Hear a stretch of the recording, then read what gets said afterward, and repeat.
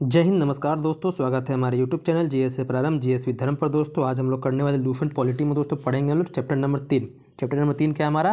तो भारतीय संविधान की उद्देशिका अथवा प्रस्तावना के बारे में दोस्तों हम लोग बिल्कुल डिटेल में हर एक पॉइंट पे दोस्तों चर्चा करेंगे। जो भी आपको अतिरिक्त दोस्तों जानकारी देते हैं उसको आप क्या कीजिए, खाली स्पेस में लिख लिया कीजिए, ताकि जब भी मेरे भाई आप रिवीजन कीजिए तो किसी तरह की आपको कोई परेशानी दोस्तों न हो और उस पर पूरा ध्यान आपका जाए।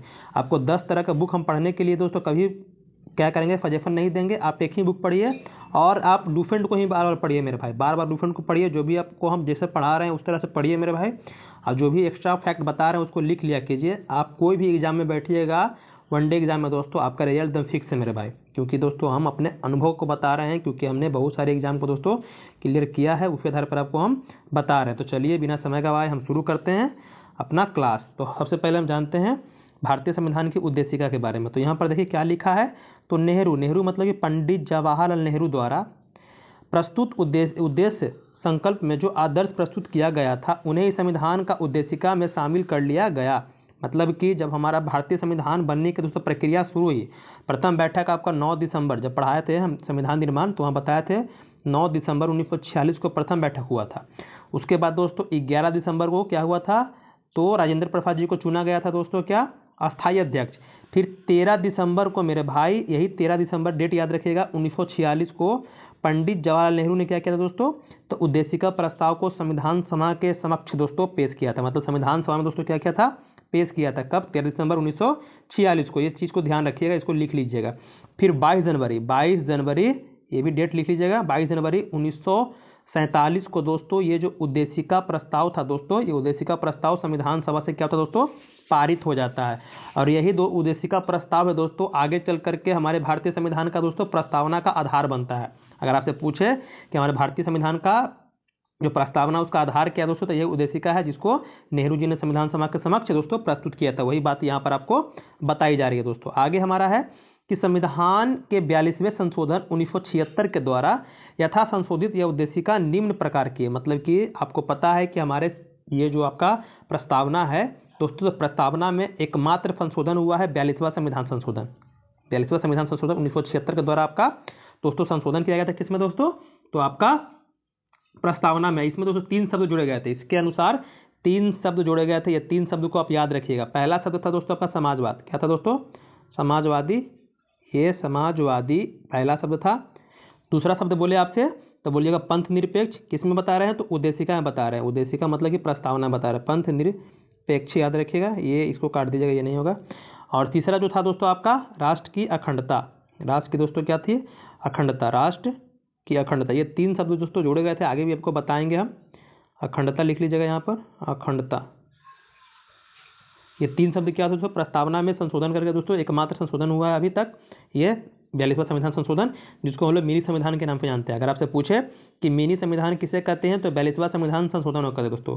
तो ये संशोधन के बाद क्या है हमारे संविधान की दोस्तों प्रस्तावना का स्थिति, इसको हम लोग देखेंगे। हर एक लाइन को दोस्तों आपको संक्षिप्त में समझाते हुए चलेंगे ताकि आपको कोई दिक्कत मेरे भाई न हो। तो चलिए सबसे पहले पढ़ते हैं। यहाँ पर लिखा है हम भारत के लोग। क्या लिखा है मेरे भाई, आपसे पूछे कभी कि हमारा भारतीय संविधान का प्रस्तावना शुरू होता है तो हम भारत के लोग से दोस्तों शुरू होता है। यहाँ लिखा है हम भारत के लोग। हम भारत के लोग मतलब क्या, तो हमारे भारतीय संविधान की जो शक्ति है मेरे भाई वो किसमें निहित है, तो हमारे जनता में। मतलब कि हम लोग हैं दोस्तों, हम लोग में क्या है दोस्तों, ये हमारे संविधान की शक्ति निहित है। किसी भी सरकार या राजा में दोस्तों नहीं है, किसी भी राजा या दोस्तों सरकार में ये हमारी शक्ति देश की दोस्तों निहित नहीं है। ये चीज़ को ध्यान दीजिएगा।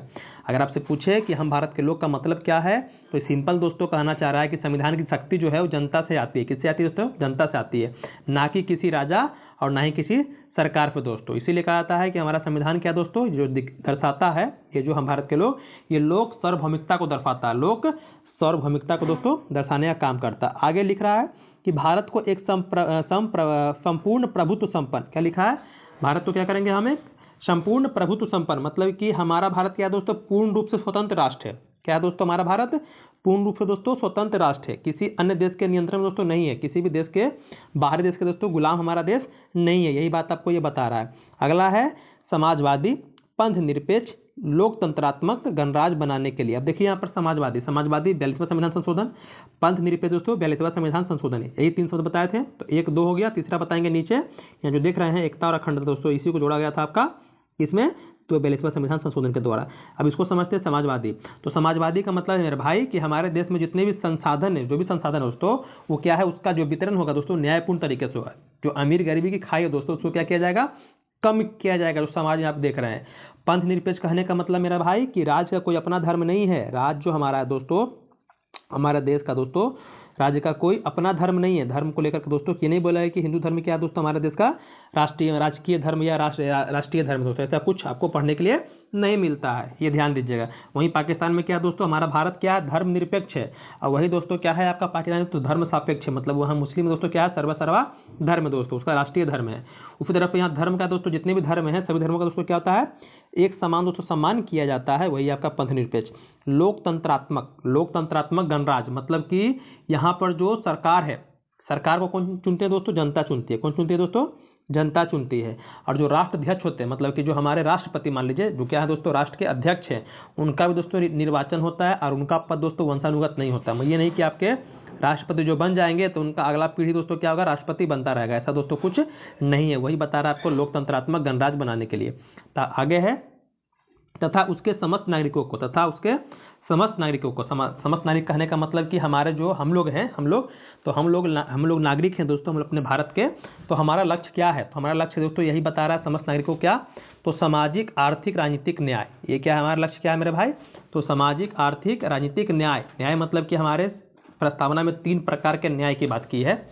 न्याय बोले 3 प्रकार के, कौन कौन, तो सामाजिक, आर्थिक और राजनीतिक। कभी कभी पूछता है आपसे और कभी कभी पूछेगा यहाँ पर अरेंज करने के लिए भी ध्यान दीजिएगा। ये पूछेगा प्रभुत्व संपन्न, समाजवादी, पंथ निरपेक्ष, लोकतंत्रात्मक गणराज्य, कहेगा बताइए कि इसको अरेंज कीजिए, आपको दे देगा। तो इसको ध्यान से पढ़ा रहे इसीलिए आपको हम। तो न्याय 3 प्रकार का है, कौन कौन है आपका, तो पहला है सामाजिक मतलब कि समाज में भेदभाव दोस्तों नहीं करना है, समाज में किसी तरह का कोई दोस्तों भेदभाव नहीं हो। आर्थिक मतलब हो गया धन और अवसर की समानता, संपत्ति दोस्तों और जो अवसर है उसकी समानता।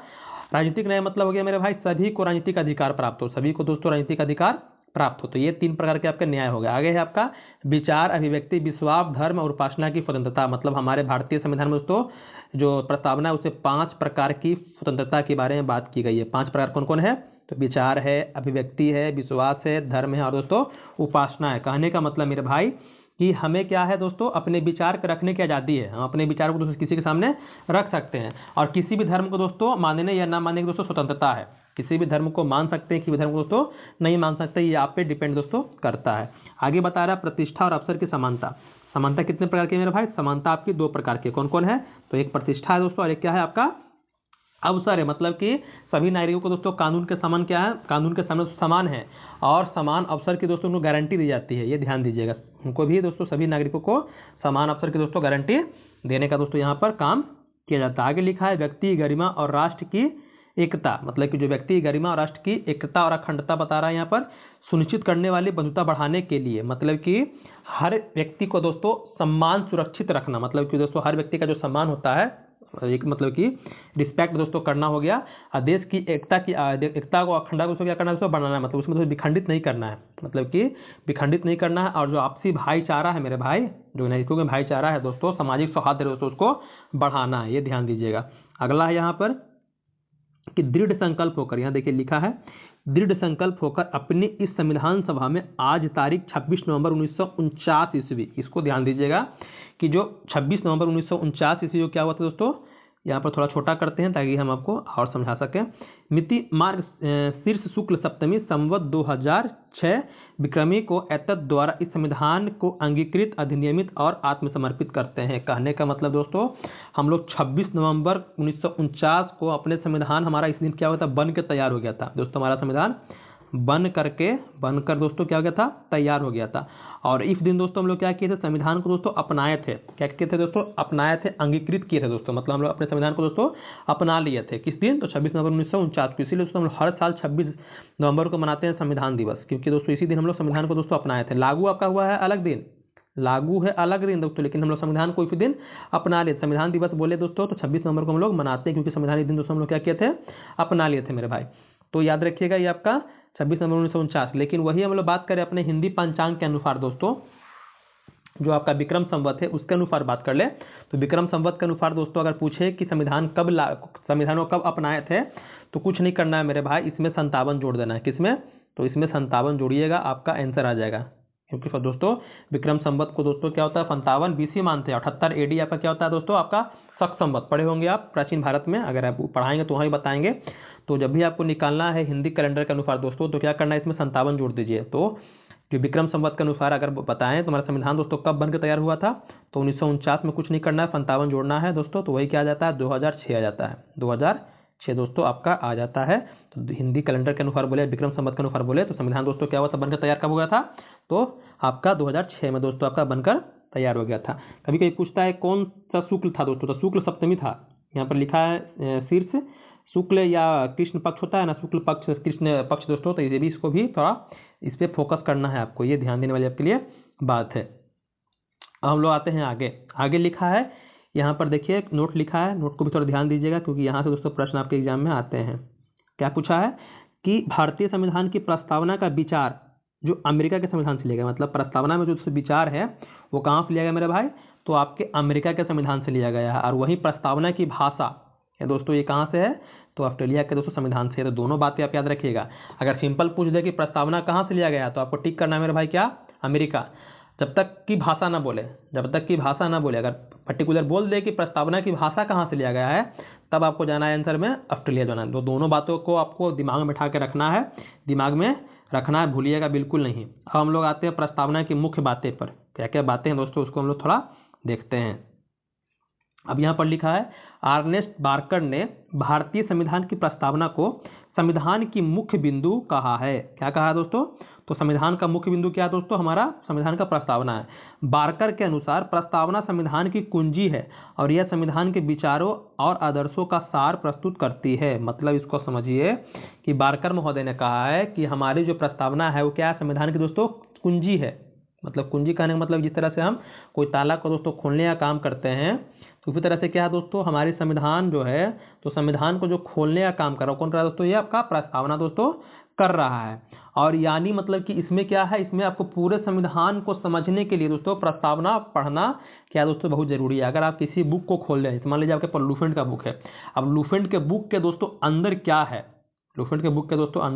क्या है, तो आप क्या करते हैं दोस्तों, उसका इंडेक्स पढ़ते हैं, कौन कौन चैप्टर है, अलग अलग चैप्टर में क्या क्या दिया है दोस्तों, उसको पढ़ते हैं। उसको पढ़ के आप समझ जाते हैं कि हाँ ये बुक बढ़िया है, उसी तरह से दोस्तों जो प्रस्तावना है दोस्तों, प्रस्तावना अगर संविधान को समझना है दोस्तों, तो आपको प्रस्तावना को पढ़ना जरूरी है मेरे भाई। तो आप संविधान को अच्छे से समझ पाइएगा कि संविधान, हमारा भारतीय संविधान क्या कह रहा है दोस्तों। वही बातों को बार्कर ने कहा है कि संविधान की कुंजी है। सिंपल पूछे कि संविधान की कुंजी प्रस्तावना किसने कहा है, तो दोस्तों अर्नेस्ट बार्कर ने दोस्तों कहा है। ये चीज को ध्यान दीजिएगा। अगला है हम लोग का एक पॉइंट कि पंडित ठाकुर दास भार्गव ने संविधान की प्रस्तावना को संविधान की आत्मा कहा है। अगर सिंपल आपसे पूछ दे कि संविधान की आत्मा किसे कहते हैं, नाम नहीं पूछे, बस सिंपल पूछे कि संविधान की आत्मा किसे कहते हैं, तो आपको जाना है प्रस्तावना पर। जब तक कि अंबेडकर जी का नाम न ले, अगर आपसे पूछे पर्टिकुलर कि BR अम्बेडकर के अनुसार संविधान की आत्मा किसे कहा जाता है, तब जाइएगा आर्टिकल 32, तब जाइएगा दोस्तों आर्टिकल 32। लेकिन जब तक आपका अंबेडकर जी का नाम नहीं जोड़े, तब तक आपको प्रस्तावना को टिक करना, ये चीज को ध्यान रखिएगा। तो यहाँ पर किसने कहा था प्रस्तावना को संविधान की आत्मा, तो पंडित ठाकुर दास भार्गव। ये भी दोस्तों क्या था, संविधान सभा का दोस्तों सदस्य, ये ध्यान दीजिए, संविधान सभा के भी दोस्तों ये सदस्य रह चुके थे। ये ध्यान देने वाली आपके लिए बात है। अब दोस्तों इन्होंने ऐसा क्यों कहा, तो इन्होंने कहा इसलिए दोस्तों क्योंकि इसमें क्या है, न्याय, स्वतंत्रता, समानता, बंधुत्व जैसे क्या है दोस्तों आपको संविधान में प्रस्तावना दोस्तों मूल्य देखने के लिए मिलते हैं। तो ये सारी चीजों को देखकर दोस्तों ये भार्गव जी ने दोस्तों क्या क्या संविधान की आत्मा दोस्तों कहा, किसको, तो अपने प्रस्तावना को, संविधान की प्रस्तावना को। आगे लिखा है कि प्रस्तावना संविधान का आरंभिक अंग होते हुए भी कानूनी तौर पर उसका भाग नहीं माना जाता है। मतलब कि क्या दोस्तों, आरंभिक समय से ही हमारे संविधान का भाग है कौन, आपका प्रस्तावना, लेकिन फिर भी दोस्तों क्या है, इसको कोई दोस्तों कानूनी अधिकार नहीं मिलता है, कोई दोस्तों कानूनी अधिकार नहीं मिलता। ये चीज को ध्यान रखिएगा। मतलब कि यहाँ पर कहने का मतलब कि प्रस्तावना में जो भी बातें बताई गई है उसको लेकर दोस्तों आप न्यायालय दोस्तों नहीं जा सकते, ये चीज को ध्यान रखना है आपको। अगला है कि प्रस्तावना के अनुसार संविधान के अधीन समस्त शक्तियों का केंद्र बिंदु अथवा स्रोत भारत के लोग हैं। आपको बता दिए कि जो शक्ति है हमारे देश की दोस्तों वो किस में नहीं थे मेरे भाई, तो भारत की जनता में, ना कि किसी राजा में है, ना कि संसद में, ना ही सरकार में दोस्तों। किस में नहीं थे, तो जनता में दोस्तों नहीं थे। इस चीज़ को आपको ध्यान देना है। अगला है कि प्रस्तावना में लिखित शब्द हम भारत के लोग इस संविधान को अंगीकृत, अधिनियमित और आत्मसमर्पित करते हैं। ये जो आप पढ़ते हैं हम लोग क्या किए, संविधान को दोस्तों अपनाए। तो संविधान को अपनाने का काम कुछ नहीं किया, तो बताएं कि भारत की सर्वोच्च सत्ता किसमें नहीं थी मेरे भाई, तो आपकी जनता में। हम लोग मतलब कि जनता में दोस्तों क्या है, सर्वोच्च सत्ता निहित है। जनता ने क्या किया दोस्तों, स्वयं अपने संविधान को सौंपा है। मतलब जनता ने स्वयं को संविधान को दोस्तों सौंपा है। यह लोकतंत्र की क्या है दोस्तों, एक मूल भावना को दोस्तों दिखाता है। मतलब जनता ने अपने संविधान को खुद को दोस्तों सौंपने का काम किया। ये चीज़ को आपको ध्यान देना है। वही बात यहाँ पर बताई जा रही है मेरे भाई। और वही बताएं कि भारतीय लोगों की सर्वोच्च संप्रभुता का उद्घोष करते हैं। मतलब कि बताया आपसे कि भारत की जो सर्वोच्च दोस्तों सत्ता है किसमें नहीं थे, तो बताइएगा आप, जनता में नहीं थे। अगला दोस्तों क्या आता है आपको, इसको लेकर के मतलब कि विवाद दोस्तों आता है प्रस्तावना को लेकर के। देखिए पहला विवाद यहाँ पर आता है, तो प्रस्तावना को न्यायालय में परिवर्तित नहीं किया जा सकता है। यह निर्णय यूनियन, ये देखिएगा, यूनियन ऑफ इंडिया बनाम मदन गोपाल 1957, ये दोस्तों एक विवाद आता है, निर्णय में घोषित किया गया। यदि सरकार या कोई नागरिक प्रस्तावना की अवहेलना करता है तो उसकी रक्षा के लिए हम अदालत की सहायता नहीं ले सकते। यहाँ पर बताया गया, जो एक दोस्तों आया आपका विवाद आया, कौन सा विवाद, तो यूनियन ऑफ इंडिया बनाम मदन गोपाल 1957 से विवाद आया। इसमें कहा गया कि प्रस्तावना को न्यायालय में परिवर्तित नहीं किया जा सकता है। ये बताएं कि ये क्या दोस्तों, इसको कानूनी मान्यता प्राप्त नहीं है। संविधान का तो आराम से ही दोस्तों भाग है, लेकिन दोस्तों ये आपका क्या है, मौलिक अधिकार की तरह दोस्तों ये नहीं है। ये विवाद में दोस्तों कहा गया। मतलब कि अगर कोई प्रस्तावना में, कोई नागरिक हो गया प्रस्तावना की अवहेलना करता है, इसमें कोई बात बताई गई उसकी अवहेलना करता है दोस्तों, तो उसकी रक्षा के लिए हम अदालत में नहीं जा सकते हैं। मतलब उसको लेकर दोस्तों, प्रावधान को लेकर के हम अदालत दोस्तों नहीं जा सकते हैं। ये बात दोस्तों बताई गई किस मामले में, तो मदन गोपाल मामले में 1957 दोस्तों ये बातें बताई गई। मतलब कि अगर यदि सरकार प्रस्तावना की अवहेलना करे तो सीधे अदालत दोस्तों जाया नहीं जा सकता। ये चीज़ को ध्यान दीजिएगा। फिर आगे फिर एक आता है विवाद क्या आपकी, तो बेरूबाड़ी विवाद, बेरूबाड़ी यूनियन वाद दोस्तों आता है आपका 1960 में सर्वोच्च न्यायालय ने निर्णय दिया कि जहां संविधान की भाषा संदिग्ध हो, मतलब कि जहां पर संविधान, हमारे जो भारतीय संविधान की जो भाषा है दोस्तों वो क्या है, तो संदिग्ध है। मतलब कि अर्थ दोस्तों स्पष्ट नहीं करती है, अस्पष्ट, मतलब क्या करिए, अर्थ को दोस्तों मतलब कि स्पष्ट नहीं कर पा रही है, तो वहां प्रस्तावना विधिक निर्वाचन में सहायता करती है। तब दोस्तों वहां पर क्या होगा,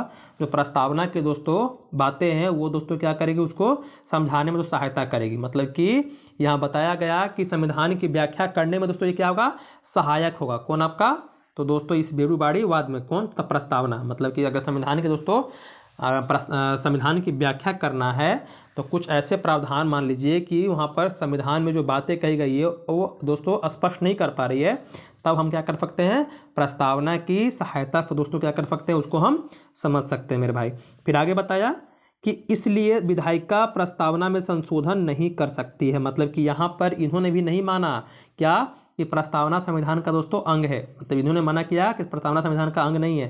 तो जब संविधान का दोस्तों अंग नहीं है प्रस्तावना, तो संसद दोस्तों क्या कर सकती है, इसमें संशोधन नहीं कर सकती है। लेकिन बाद में दोस्तों ये मत बदला। बाद में दोस्तों क्या होता है, ये जो विचार था ये बदला। देखिए यहाँ पर आगे बताया कि परंतु सर्वोच्च न्यायालय के केशवानंद भारती बनाम केरल राज्य, ये याद रखिएगा, कौन सा राज्य, केरल राज्य, तो केशवानंद भारती बनाम केरल राज्य ने वो राज्यवाद 1973, तो केशवानंद भारती जो केस आया था दोस्तों कब आया था, 1973 में दोस्तों आया था। और ये अब तक की सबसे बड़ी जो जजों की बेंच बैठी थी दोस्तों वो है, ये 13 जजों की दोस्तों बेंच बैठी थी। इसको भी लिख लीजिएगा कहीं नोट दे करके कि केशवानंद भारती जो विवाद आया था दोस्तों, केशवानंद भारती विवाद, उसमें दोस्तों 13 जजों की बेंच बैठी थी और उन्होंने दोस्तों फैसला सुनाया था। फैसला क्या सुनाया था, तो उसने कहा दोस्तों कि इसलिए विधायिका, इन्होंने कहा कि प्रस्तावना संविधान का दोस्तों अंग है, तो इसलिए विधायिका मतलब संसद उसमें संशोधन कर सकती है।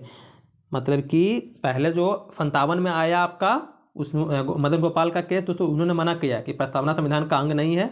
उसके बाद दोस्तों यहाँ पर आया क्या, 60 में बेरूबारी का, इन्होंने भी प्रस्तावना को संविधान का अंग नहीं माना, लेकिन कहा कि संविधान की व्याख्या करने में दोस्तों हम क्या कर सकते हैं, वहाँ पर प्रस्तावना का सहयोग दोस्तों ले सकते हैं। लेकिन दोस्तों 1973 में जब आता है केशवानंद भारती केस, तो यहाँ पर दोस्तों प्रस्तावना को संविधान का दोस्तों अंग माना जाता है, और जब संविधान का दोस्तों अंग माना गया तो यहाँ पर संसद क्या कर सकती है दोस्तों, विधायिका उसमें संशोधन दोस्तों कर सकती है। तो वही बात बताया गया आगे केशवानंद भारती जो केस था उसमें और बताया गया कि केशवानंद भारती बाद में सर्वोच्च न्यायालय मतलब सुप्रीम कोर्ट ने मूल ढांचा का सिद्धांत दिया, थ्योरी ऑफ बेसिक स्ट्रक्चर। मतलब ये चीज़ को ध्यान दीजिएगा, अगर आपसे कोई पूछे कि मूल ढांचा का सिद्धांत किस वाद में दिया गया, तो केशवानंद भारती सिद्ध जो आपका हुआ था दोस्तों, उसमें केशवानंद भारती केस 1973 में दोस्तों दिया गया था थ्योरी ऑफ बेसिक स्ट्रक्चर का। मतलब कि आप संशोधन कीजिए, संसद संशोधन करेगा, लेकिन दोस्तों वो क्या कर सकता है, तो मूल ढांचा का दोस्तों परिवर्तन उसमें दोस्तों नहीं होना चाहिए। वही बात यहाँ पर बताया है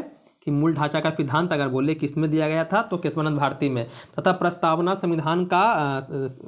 को संविधान का मूल ढांचा माना गया। मतलब कि प्रस्तावना क्या है, हमारे संविधान का दोस्तों मूल ढांचा है। मूल ढांचा कहने का मतलब कि इसमें जो कुछ दोस्तों क्या है तत्व है संविधान प्रस्तावना में, जैसे आपका हो गया मूल ढांचा कहने का मतलब जो संविधान है, संविधान में कुछ ऐसे तत्व जैसे आपका संविधान की सर्वोच्चता हो गया, लोकतंत्र हो गया, धर्मनिरपेक्षता हो गया, न्यायपालिका की स्वतंत्रता हो गया दोस्तों, ये सब क्या है मूल ढांचा का दोस्तों क्या है, कुछ यहाँ पर तत्व आपको बताएं। जैसे क्या बताएं आपको, लोकतंत्र, लोकतंत्र क्या दोस्तों, ये मूल संविधान का मूल ढांचा है। लोकतंत्र दोस्तों क्या है, संविधान का मूल ढांचा है। धर्मनिरपेक्ष हो गया, क्या हो गया आपका धर्म दोस्तों निरपेक्ष हो गया, इसको न्यायपालिका की स्वतंत्रता हो गई, वो दोस्तों ये सब क्या है, तो संविधान के दोस्तों मूल ढांचा है। प्रस्तावना में दोस्तों क्या है, ये मूल ढांचा का हिस्सा दोस्तों इसको माना गया। इस चीज को आप ध्यान दीजिएगा। अगला है यहाँ पर बताया गया है कि संसद संविधान की मूल ढांचा में नकारात्मक संशोधन नहीं कर सकती है। मतलब कि संसद को संशोधन करने का मेरा अधिकार दिया गया है, लेकिन वो ऐसा नहीं करेगी क्या हो दोस्तों कि प्रस्तावना में वो नकारात्मक संशोधन कर दे। मतलब कहने का मतलब कि मूल ढांचे को कमजोर नहीं कर सकती है, नष्ट नहीं कर सकती है। कौन, संसद। संसद को कहा गया कि आप मूल ढांचे को, जो मूल ढांचा दोस्तों उसको कमजोर नहीं कर सकते हैं, उसको आप कमजोर नहीं कर सकते हैं, और ना ही क्या कर सकते हैं, नष्ट कर सकते हैं। ना ही आप कमजोर कीजिएगा, ना ही दोस्तों नष्ट कीजिएगा। किसमें कहा गया, ये दोस्तों संसद को सुप्रीम कोर्ट ने दोस्तों कहा, ये ध्यान दीजिएगा। लेकिन यहाँ पर बताया गया कि संसद है तो संशोधन करने की जो शक्ति है उसकी क्या सीमित है, ये भी बात याद रखिएगा। मतलब कि ये नहीं कि संसद को अधिकार दिया गया कि वो संशोधन करेगी संविधान में, लेकिन इसका मतलब ये नहीं कि उसको असीमित अधिकार दे, उसके भी अधिकार दोस्तों क्या है आपके सीमित है। और मूल ढांचे को मजबूत करने का संशोधन वो कर सकती है। देखिए यहाँ पर बता रहा है कि स्पष्ट है कि संसद वैसा संशोधन कर सकती है जिससे मूल ढांचा का विस्तार व मजबूतीकरण होता है। मतलब कि उसमें संशोधन कीजिए, लेकिन सकारात्मक संशोधन कीजिए, नकारात्मक संशोधन उसमें नहीं कीजिए। तो उम्मीद करते हैं ये समझ में आपको आया होगा। अभी और भी मेरे भाई बाकी है, ऐसा नहीं है खत्म हो गया। अब देखिए यहाँ पर जो आपके लिए इंपॉर्टेंट है, जो हर एक एग्जाम में दोस्तों से पूछेगा कि 42वां संविधान संशोधन, अब जैसे हो गया 73 में आया आपका विवाद, 73 में दोस्तों जैसे ही आया ना, तो उसके बाद कहा कि इसमें प्रस्तावना संविधान का अंग है और संसद संशोधन कर सकती है। तो संसद ने क्या किया, तुरंत दोस्तों 1976 में प्रस्तावना में दोस्तों संशोधन कर डाला। उस समय दोस्तों हमारे देश की प्रधानमंत्री कौन थी, इंदिरा गांधी। तो इंदिरा गांधी जी के शासनकाल में दोस्तों क्या हुआ, प्रस्तावना में पहली बार एकमात्र संशोधन दोस्तों अभी तक हुआ प्रस्तावना में 1976 में। तो 42वां संविधान संशोधन, जिसको हम लोग मिनी संविधान कहते हैं, इस चीज को ध्यान दीजिएगा। तो 1976 द्वारा इसमें 3 शब्द समाजवादी, पंथ निरपेक्ष और राष्ट्र की अखंडता शब्द दोस्तों जोड़े गए। 1, 2, 3, ये तीनों को दोस्तों याद रखना है आपको। कौन सा संविधान संशोधन, तो आपका 42वां 1976। आगे है कि भारतीय संविधान की प्रस्तावना में 3 प्रकार के न्याय, इसकी चर्चा हम आपको कर चुके हैं, सामाजिक, आर्थिक, राजनीतिक। 5 प्रकार की स्वतंत्रता, इसके बारे में बता चुके हैं आपको। क्या, तो विचार, अभिव्यक्ति, विश्वास, धर्म, उपासना। ये चीज को याद, कभी क्रम याद रखिएगा, कभी कभी क्रम पूछ देगा, ये चीज को ध्यान दीजिएगा। सामाजिक, आर्थिक, राजनीतिक न्याय क्रम पूछ देगा आपसे। 2 प्रकार की समानता, प्रतिष्ठा और अवसर का उल्लेख दोस्तों किया गया, जो आपको हम दिखाएं। भारत का संविधान विश्व का सबसे बड़ा लिखित एवं सर्वाधिक व्यापक संविधान है। ये आपको पता है कि हमारा जो संविधान है दोस्तों विश्व का क्या है दोस्तों, एक लिखित, सबसे बड़ा लिखित संविधान दोस्तों। अगर सबसे पहले बोलेगा लिखित संविधान की अवधारणा किसने प्रस्तुत की दोस्तों, तो उसके बारे में भी यहाँ पर बताया गया है। यह अंशतः कठोर और अंशतः दोस्तों लचीला है। अंशतः कठोर कहने का मतलब कि संविधान में संशोधन करना जितना दोस्तों कठिन है, उतना ही दोस्तों क्या है, सरल है। मतलब कठोर मतलब कि दोनों का मिश्रण है, दोनों का क्या दोस्तों मिश्रण है, ये दिखा रहा है संशोधन से। ये आपको समझना है दोस्तों संशोधन से। मतलब कि हम अगर संविधान में कुछ परिवर्तन करना है, संविधान में कुछ दोस्तों परिवर्तन करना है, तो परिवर्तन करना दोस्तों ना ज़्यादा कठिन है ना ज़्यादा आसान है दोस्तों, दोनों का क्या दोस्तों मिश्रण है। उसी को कहा जाता है अंशतः कठोर, अंशतः दोस्तों लचीला। आपसे पूछे कभी कि हमारा संविधान दोस्तों कैसा है, तो बताइएगा अंशतः कठोर और अंशतः लचीला है। देखिए यहाँ पर बता रहा है, जो एक बहुत ही इंपॉर्टेंट पॉइंट आपके लिए है कि लिखित संविधान की अवधारणा फ्रांस की देन है। फ्रांस की देन है लिखित संविधान की अवधारणा। लेकिन आपसे पूछे कभी कि सबसे पहले लिखित संविधान किस देश में लागू हुआ, तो बताइएगा अमेरिका में। किसमें दोस्तों? अमेरिका में। लेकिन यहाँ अवधारणा की बात कर ले तो फ्रांस की दोस्तों देन है। प्रस्तावना में प्रयुक्त स्वतंत्रता, समानता और बंधुत्व, ये दोस्तों शब्द फ्रांसीसी क्रांति से दोस्तों प्रेरित है। फ्रांसीसी क्रांति जब हुई थी दोस्तों, तो फ्रांसीसी क्रांति के दौरान लोगों को दोस्तों ये नारा दिया गया था, स्वतंत्रता, समानता और बंधुत्व की भावना दोस्तों। तो अगर आपसे पूछे कि प्रस्तावना में ये 3 शब्द देख रहे हैं, स्वतंत्रता, समानता और बंधुत्व दोस्तों, तो दोस्तों ये किस देश से लिए गए हैं, तो बताइएगा फ्रांस से लिए गए हैं मेरे भाई। अगला यहाँ पर कि भारतीय राजनीतिक व्यवस्था में संविधान सर्वोच्च है। आपको पता है, अगर आपसे पूछे कि सबसे ऊपर कौन है, तो सबसे ऊपर मेरे भाई संविधान है। अगला बता रहा है आपसे कि भारत का संविधान अपना प्राधिकार भारत की जनता से प्राप्त करता है। मतलब कि प्राधिकार कहने का मतलब मेरे भाई जो शक्ति है, शक्ति किससे प्राप्त कर रहा है? ये भारत का संविधान दोस्तों हमारा, तो ये प्राप्त कर रहा है हमारे भारत की जनता से। ये चीज़ को ध्यान दीजिएगा। बता दिए कि शक्ति कहाँ से प्राप्त कर रहा है मेरे भाई? शक्ति प्राप्त कर रहा है जनता से। मतलब कि संविधान जो जनता है, संविधान की जनता द्वारा बनाया गया है। मतलब हमारा जो संविधान बना दोस्तों, वो भारतीय जनता द्वारा बनाया गया है। और सत्ता का जो अंतिम स्रोत है मेरे भाई, वो भारतीय जनता है। कौन है मेरे भाई? भारत दोस्तों जनता है। ये चीज़ को ध्यान दीजिएगा। वही बता रहा है यहाँ से कि जो प्राधिकार प्राप्त करता है कहाँ से? जनता को दोस्तों प्राप्त करता है। अगला है कि भारत सरकार अधिनियम 1935 वह संवैधानिक दस्तावेज है जिससे भारतीय संविधान तैयार करने में गहरा प्रभाव पड़ा है। मतलब अगर आपसे पूछे कि सबसे ज़्यादा प्रभाव हमारे भारतीय संविधान पर किसका है दोस्तों, तो बताइएगा भारत सरकार अधिनियम 1935। लगभग दोस्तों 2/3 जो भाग है दोस्तों हमारे संविधान में, ये कहाँ से लिए गए हैं? तो आपके 1935 के अधिनियम से। जब आपको सोर्स पढ़ाएंगे तो यहाँ पर दोस्तों पूरी सारी बातें आपको बताएंगे। ये चीज़ को ध्यान दीजिएगा। यहाँ से बहुत सारे चीज़ें ले गए, जैसे संघीय ढांचा हो गया आपका, प्रांतीय स्वायत्ता हो गया आपका, आपातकालीन प्रावधान हो गया आपका। सब दोस्तों कहाँ से लिए गए मेरे भाई? तो यहीं से लिया हो गया आपका। हो गया लोक सेवा आयोग हो गया, ये सब दोस्तों आपका यहीं से लिया गया। ये चीज़ को ध्यान देना है आपको। अगला हमारा यहाँ पर है कि हो गया ये। अगला है कि भारत के संविधान में संघीय शासन शब्द का प्रयोग कहीं भी नहीं किया गया है। संविधान में राज्यों का संघ घोषित किया गया। मतलब ये चीज़ को ध्यान दीजिएगा। अगर कहीं दोस्तों बोले आपसे कि हमारा भारत का संविधान संघीय है, क्या दोस्तों? संघीय है, तो संघीय शब्द का दोस्तों कहीं भी प्रयोग नहीं हुआ है। संघीय मतलब हो गया फेडरल। दोस्तों क्या हो गया? संघीय का मतलब फेडरल। हमारे संविधान में दोस्तों क्या कहा गया है? यूनियन शब्द का दोस्तों इस्तेमाल किया गया। मतलब कि हमारे संविधान में दोस्तों राज्यों का संघ कहा गया है। क्या है हमारा भारत संविधान? मतलब हमारा भारत का संविधान दोस्तों स्टेट ऑफ यूनियन, मतलब यूनियन ऑफ स्टेट दोस्तों कहा गया हमारे संविधान को। यूनियन ऑफ दोस्तों स्टेट, जो आपका आर्टिकल दोस्तों 1 है, जब पढ़ाएंगे भाग 1 तो हम बताएंगे कि हमारे संविधान में दोस्तों कहा गया है, अनुच्छेद 1 में भारत को दोस्तों क्या कहा गया है? तो भारत को कहा गया दोस्तों फेडरल नहीं, मतलब कि संघीय नहीं कहा गया। क्या कहा गया? Union of state. कहने का मतलब मेरे भाई कि फेडरल और आपका ये यूनियन ऑफ स्टेट में अंतर क्या है? जैसे आपका बताया फेडरल, तो ये जो आपका संविधान है किसका? अमेरिका का। अमेरिका संविधान दोस्तों क्या है? फेडरल। मतलब कि अमेरिका में जो भी आपके 50 से 51 राज्य हैं, वो अगर चाहें कि अलग होकर के अमेरिका से अलग देश बना ले तो दोस्तों बना सकते हैं। लेकिन हमारे जो भारत के राज्य हैं दोस्तों, वो चाहेंगे कि हम अलग होकर के दोस्तों एक स्वतंत्र राष्ट्र बना लें दोस्तों, तो ये मुमकिन दोस्तों नहीं है। ये चीज़ को ध्यान दीजिएगा। मतलब कि ये राज्यों से दोस्तों अलग होने का अधिकार बिल्कुल नहीं है। वही बात यहाँ बताया जा रहा है कि संविधान में भारत को राज्यों का संघ घोषित किया गया है। ये आपका अनुच्छेद 1 में दोस्तों ये बात बताया गया है। तो जो बताएं आपको ध्यान दीजिएगा। कहीं भी अगर संघीय शब्द आ जाए दोस्तों, तो आपको तुरंत बोलना है कि संविधान में संघीय शब्द का कहीं इस्तेमाल किया ही नहीं गया है। अगला यहाँ पर दिया है केसी हेयर के बारे में। क्या बोला यहाँ पर? तो केसी हेयर ने भारतीय संविधान को अपनी प्रकृति में अर्धसंघीय माना है। क्या माना दोस्तों? अर्धसंघीय। किस अगर आपसे पूछे, कभी कहीं पूछता है कि अर्धसंघीय संविधान को किसने कहा है, तो ये केसी हेयर ने कहा है। मतलब कि केसी हेयर का कहना मेरे भाई कि हमारा भारत का संविधान जो है संरचना में जो है वो संघीय है। संरचना में क्या है मेरे भाई? संघीय। लेकिन अगर भावना में बोले अगर भावना में दोस्तों क्या है आपका? एकात्मक है। भावना में क्या है मेरे भाई? एकात्मक है। अब ये क्या है सर, आप क्या बता रहे हैं? मेरे समझ से बाहर है, समझिए। यहाँ पर संघीय मतलब कहने का मतलब मेरे भाई यहाँ पर जो संरचना हमारे देश का है संविधान का दोस्तों, हमारे देश में उस क्या संघीय कहने का मतलब कि हमारे देश में किसी एक आदमी के हाथ में दोस्तों पावर नहीं दिया गया है। पावर को दोस्तों बांटा गया है किसमें? तो राज्य में और दोस्तों केंद्र में। केंद्र सरकार और राज्य सरकार के बीच क्या हुआ दोस्तों? पावर का डिस्ट्रीब्यूशन दोस्तों किया गया है। लेकिन जब कभी आपातकाल दोस्तों लागू होता है तो वहाँ पर शक्ति किसके हाथ में जाती है दोस्तों? तो शक्ति आ जाती है केंद्र सरकार के हाथ में। मतलब केंद्र दोस्तों क्या होता है? अत्यधिक शक्तिशाली हो जाता है। जो दोस्तों क्या दिखा रहा है?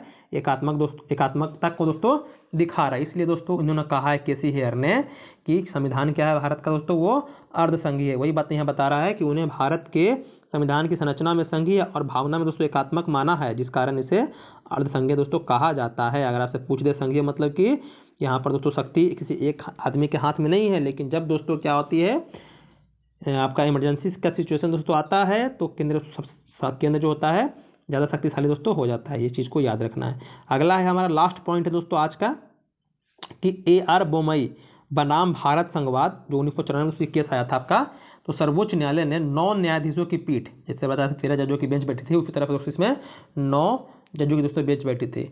तो पीठ ने दोस्तों संघवाद को संविधान की मूल संरचना का दोस्तों अंग माना था। मतलब जो संघवाद जो शब्द देख रहे हैं दोस्तों, इसमें जो है बोमई बनाम जो केस आया था, इसमें दोस्तों उन्होंने क्या कहा था कि जो संघवाद संविधान में क्या है?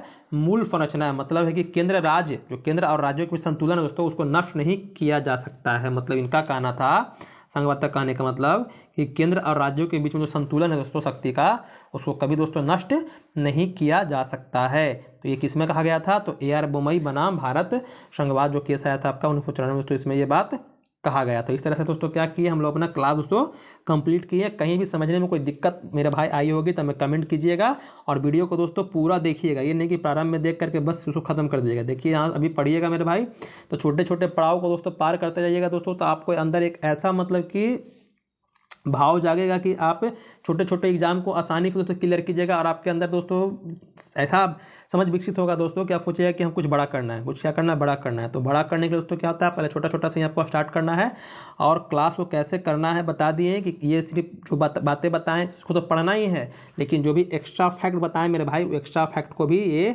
आप कहीं नोट डाउन करके रखिएगा। यार देखिए जगह बहुत सारा आपको मिलेगा, इसी में पेंसिल लीजिएगा और दोस्तों पेंसिल लिख करके छोटा छोटा दोस्तों लिख लीजिएगा, ताकि जब भी आप रिवीजन करें मेरे भाई तो आप आसानी से सभी पॉइंट को समझ सकें। आपको 10 तरह का बुक दोस्तों 10 प्रकाशन का बुक दोस्तों पढ़ने की आवश्यकता न पड़े, बस इसी बुक को दोस्तों पढ़िए 10 बार, उससे दोस्तों आपका काम हो जाएगा। क्योंकि बहुत जितना बार पढ़िएगा दोस्तों उतना बार आपको दिमाग खुलेगा दोस्तों। खुले कहने का मतलब कि और जानने की दोस्तों इच्छा हुई। तो हम आपको लगभग दोस्तों 90% चीज़ें बता दे रहे हैं। ऐसा नहीं बता रहे कि आपको 100% बता रहे हैं, लेकिन 90% दोस्तों चीज़ें कवर कर दे रहे हैं। 10% चीज़ें कहाँ से कवर कीजिएगा? जब दोस्तों आपको PYQ सॉल्व कीजिएगा, जब आपको हम MCQ सॉल्व करवाएंगे दोस्तों, तब वहाँ पर आपको ये दोस्तों और समझ दोस्तों आएगा। तो जैसा बता रहे हैं उस तरह से आप काम दोस्तों करना शुरू कीजिए और क्लास कैसा लग रहा है उस पर थोड़ा अपनी प्रतिक्रिया दिया कीजिए दोस्तों। और कम से कम अपने 2 दोस्तों को शेयर कीजिए। आप लोग शेयर नहीं करते हैं, कम से कम 2 दोस्तों को शेयर कीजिए। और वीडियो को दोस्तों पसंद आ रहा है तो लाइक कीजिएगा। चैनल पर दोस्तों पहली बार आए हैं तो चैनल को सब्सक्राइब करके दोस्तों जाइएगा और तैयारी में दोस्तों लगे रहिएगा। तैयारी में दोस्तों कुछ भी थोड़ा सा भी दोस्तों चूकना नहीं है। खाना, घूमना फिरना, खेलना कूदना दोस्तों चूक जाए, लेकिन पढ़ाई में दोस्तों किसी तरह के दोस्तों समझौता नहीं करना। ये चीज़ को ध्यान दीजिएगा और अच्छे से दोस्तों लगे रहिए। जितना समय मिलता है समय का सदुपयोग कीजिए। बाकी दोस्तों पढ़ाई से कोई दोस्तों समझौता, हम बार बार बताते हैं, इसमें समझौता आपको नहीं करना है। और रही बात आपको किसी तरह की कोई PDF चाहिए, कोई भी PDF दोस्तों, किसी भी नोट्स, कोई भी एग्जाम का नोट्स चाहिए, PDF चाहिए दोस्तों, आपका प्रैक्टिस सेट चाहिए, तो हमें टेलीग्राम चैनल पर जुड़िएगा, वहाँ कमेंट कीजिएगा दोस्तों, आपको हम तुरंत दोस्तों प्रोवाइड करवा देंगे। बाकी दोस्तों अच्छे से रहिए। धन्यवाद दोस्तों।